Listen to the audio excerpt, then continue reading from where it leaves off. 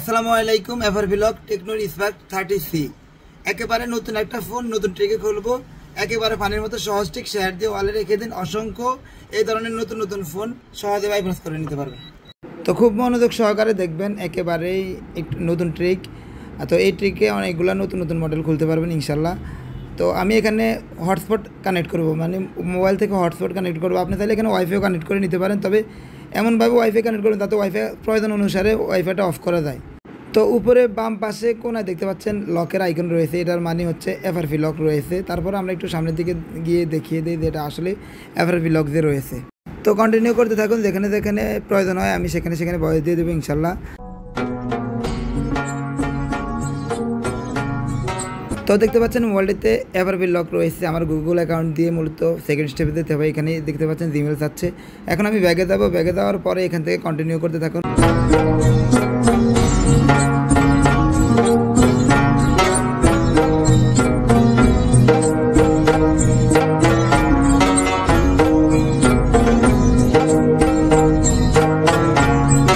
তো এখানে লার্ন মোডে যাওয়ার পর একেবারে এই পেজের নিচে যাবেন। নিচে যাওয়ার পরে এখানে দেখতে পাবেন যে লেখা রয়েছে ইন্টারাক্ট উইথ অ্যাপস, এই অপশনটিতে যাবেন। এরপরে আবারও একেবারে নিচে যাবেন।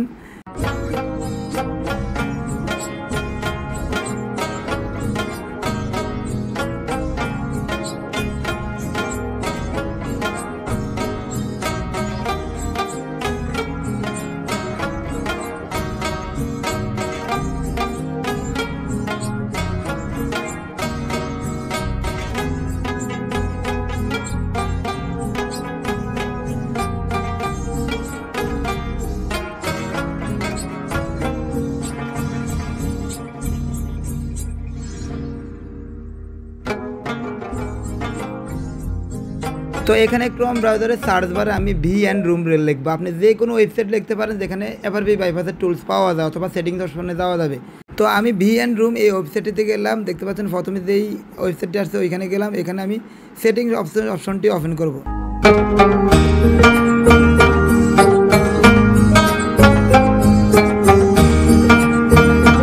তো এখানে ভালোভাবে লক্ষ্য করে দেখুন, এই মোবাইলটির ভার্সন হচ্ছে 14, তার মানে একেবারে আপডেট ফোন। তো আমরা ব্যাগে যাব, ব্যাগে গিয়ে হচ্ছে স্পেশাল ফাংশনে যাব। স্পেশাল ফাংশনের মধ্যে অ্যাক্সেসিবিলিটি অপশনটি থাকে, এক এক ফোনে এক এক জায়গায় থাকে, তবে এই মোবাইলের মধ্যে স্পেশাল ফাংশনের মধ্যে এই অপশনটি রয়েছে।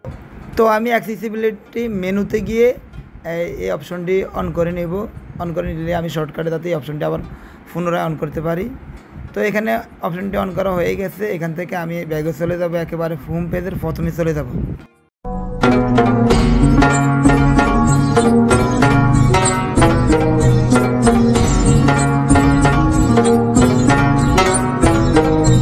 তো এখান থেকে গভীর মনোযোগ দিয়ে দেখুন, আমি একেবারেই সামনের পেজে এসে পড়ছি। এবার আমি একটু নেক্সটে যাব।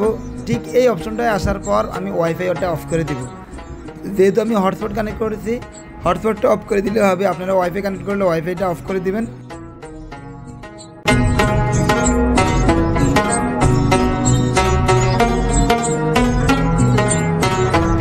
তো এখানে আমি আবার পুনরায় আমার হটস্পটটি মানে ওয়াইফাইটি আবার কানেক্ট করার জন্য ওয়াইফাইটি আবার অন করে দিব। হটস্পট অন করা আর ওয়াইফাই অন করা একই কথা। আপনারা যদি ওয়াইফাই দিয়ে কাজটা করে থাকেন তাহলে ওয়াইফাই অফ করে আবার অন করে নেবেন। তো একটু ওয়েট করবেন, এখানে উপরে ওয়াইফাই কানেক্ট আসবে। যদি না আসে সেক্ষেত্রে অন্যভাবে কানেক্ট করা যাবে। একটু ওয়েট করবেন, 1 থেকে 1.5 মিনিট ওয়েট করতে হতে পারে। আর যদি লম্বা সময় ওয়েট করার পরও ওয়াইফাই না কানেক্ট হয় অটোমেটিক, তাহলে এখানে অ্যাসিস্ট্যান্টে যাবেন। মানে এখানে এইভাবে অ্যাসিস্ট্যান্টে যাওয়ার পর এখানে নিচে যাবেন, এই কিবোর্ড লোগোতে ক্লিক করবেন, কিছু লেখালেখি করবেন।